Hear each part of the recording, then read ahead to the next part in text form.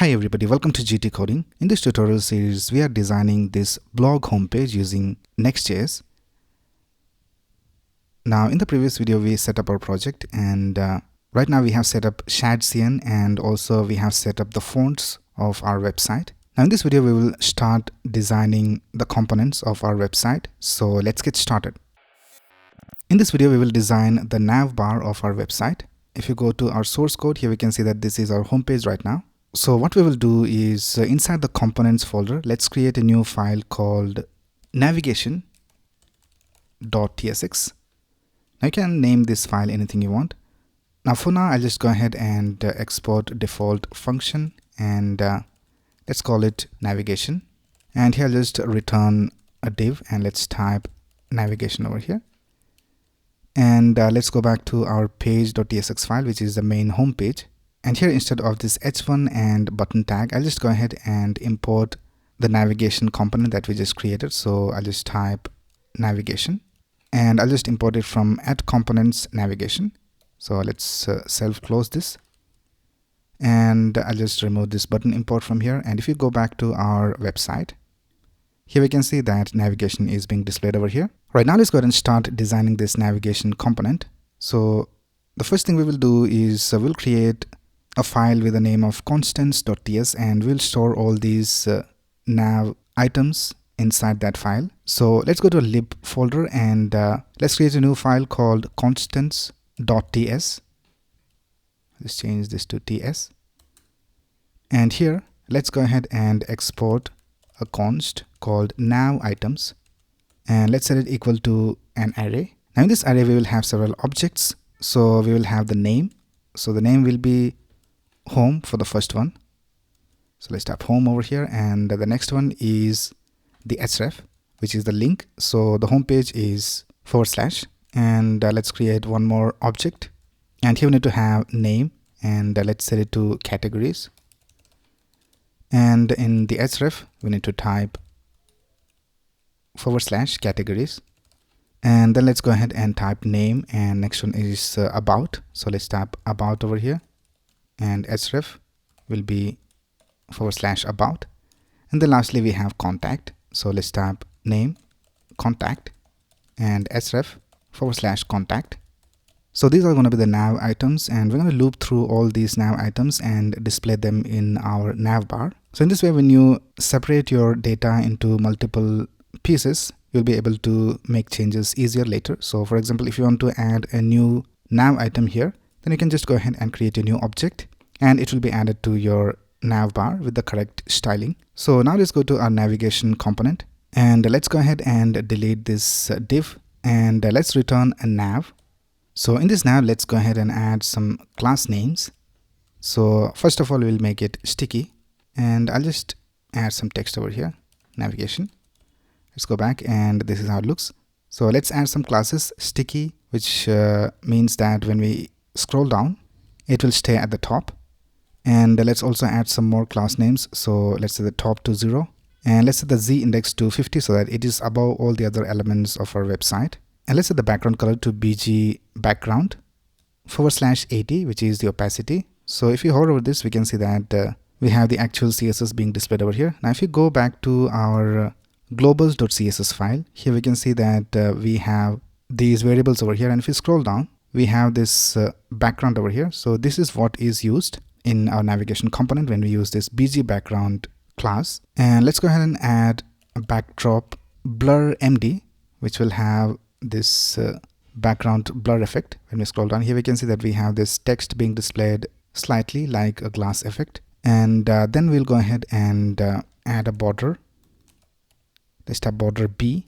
So border b will add a border over here at the bottom, and for the border, let's type border 50. So this will be the border color. So if you go back over here to the globals.css file, here we will have the border displayed. So if we scroll down, here we can see we have the border. Now if you just go ahead and change this to, for example, this red color right here, so I'll just copy this and paste it over here. And if I just restart our server, and now we can see we have this red color for the border. So in this way, we can go ahead and change the colors of the borders and all these things over here.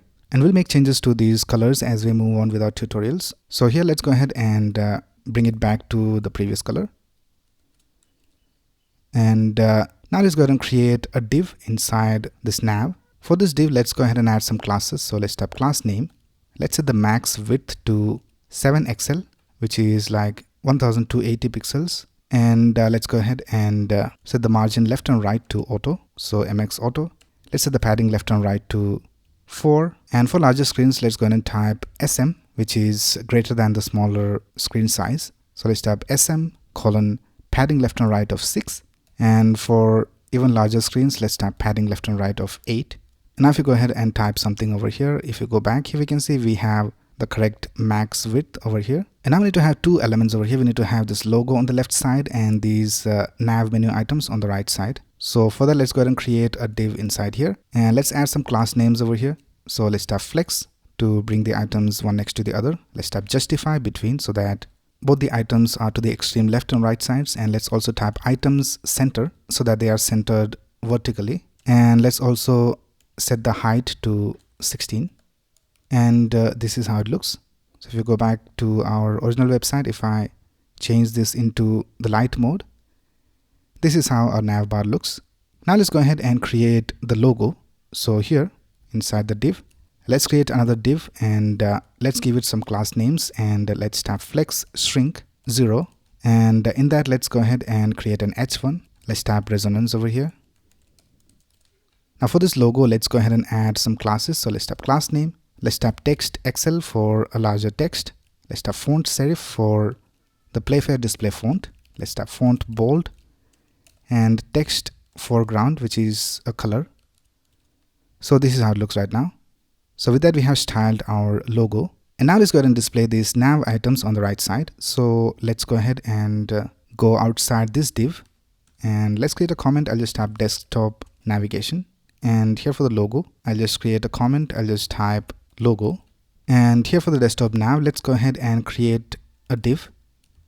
And we will loop through all the nav items. So the nav items are inside lib constants. So let's type curly braces nav items.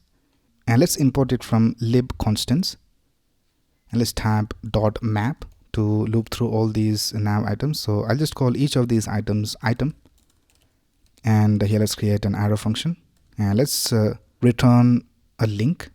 So let's type link and let's import link from next link. Now in this link, let's go ahead and include the item dot name. So if you go back to our constants, here we can see we have the name and the href. So here in this link, we need to add the name over here, and in the link we need to have an href property. So let's type href and let's set the href to item dot href, which we get from the constants. And let's also add a key because this is a map. So for the key, I'll just type item.name because the name is unique for each of the items. And now if you go back here, we can see that all the nav items are displayed over here. And if I change anything inside this, it will be reflected over here. So now let's add some styles. So here for the div, let's type class name and let's type hidden for smaller screens.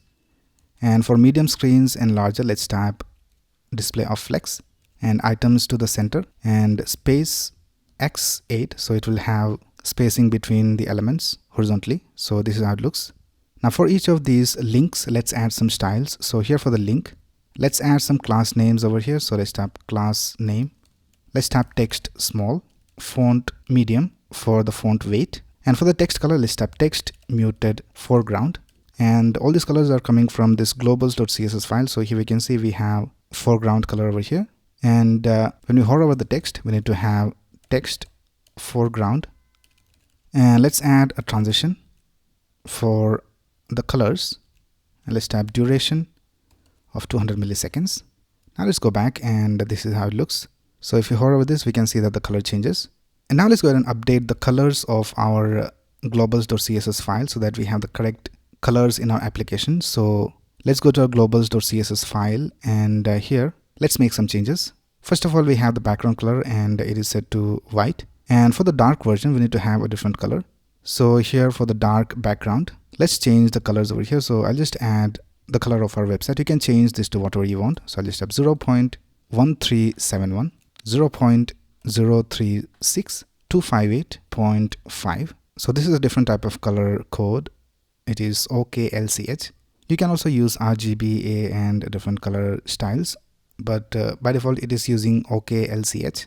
And then for the border, here we can see we have this color, and let's change the color a little bit. So here let's go ahead and type 0.929, 0.0126 and 25553. And let's update it for the dark version as well. So here for the border, let's go ahead and change this color to 0.28, 0.0369, 260. And then we have the foreground color. So here for the foreground, let's go ahead and change the value to 0.1371, 0.036, 258.5. And for the dark mode, let's change the foreground color to 0.9838, 0.0035, 247.86. And let's quickly change the other colors as well. So we have muted foreground. And for this, I'll just go ahead and change the color to 0.5547, 0.0407, 257.4. And here for the dark version, let's go ahead and change the muted foreground to 0.7107, 0.0351 and 256.8. Now we need to add other colors as well, but we will do that later when we create the other components. For now, we just want these colors. Now we don't need to have commas for these values, so I'll just remove all the commas. Alright, so with that we have updated our colors, and now let's go ahead and save this, and let's also restart our server. And let's go back to our website and reload. And now we can see we have the correct colors for our nav bar. So if I hover over this, we can see we have the correct colors. And with that, we have completed designing the nav bar of our website. In the next video, we will add the functionality of changing to dark and light themes over here. So we will create this button and also add the functionality of changing our website into dark and light modes. So that's basically it for this video. If you have any doubts, you can ask in the comments below. And if you like this video, please click on the like button and subscribe to this channel to get the latest video updates. Thanks a lot for watching. Have a nice day.